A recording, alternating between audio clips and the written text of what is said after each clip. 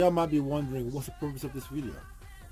We'll be switching over from this case to this case right here, the Lian Li 011 Chrome edition. Right away you can tell the size difference.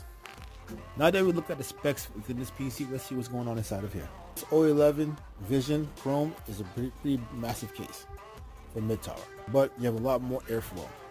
Now with the transfer, I will be keeping everything mostly the same. The motherboard, processor, GPU, storage devices, but I'm not too sure about the AIO yet. RAMs are staying the same, streamers staying the same, maybe additional streamers for the GPU, but let's see what else we could do once we get into the new case.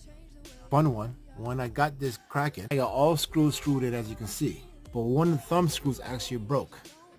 I hardly tightened it and it just snapped inside there, but luckily it did not affect the temperatures. But I did reach out to NZXT and they did send me replacement parts for this unit, so hopefully when I get everything transferred I can use the replacement parts.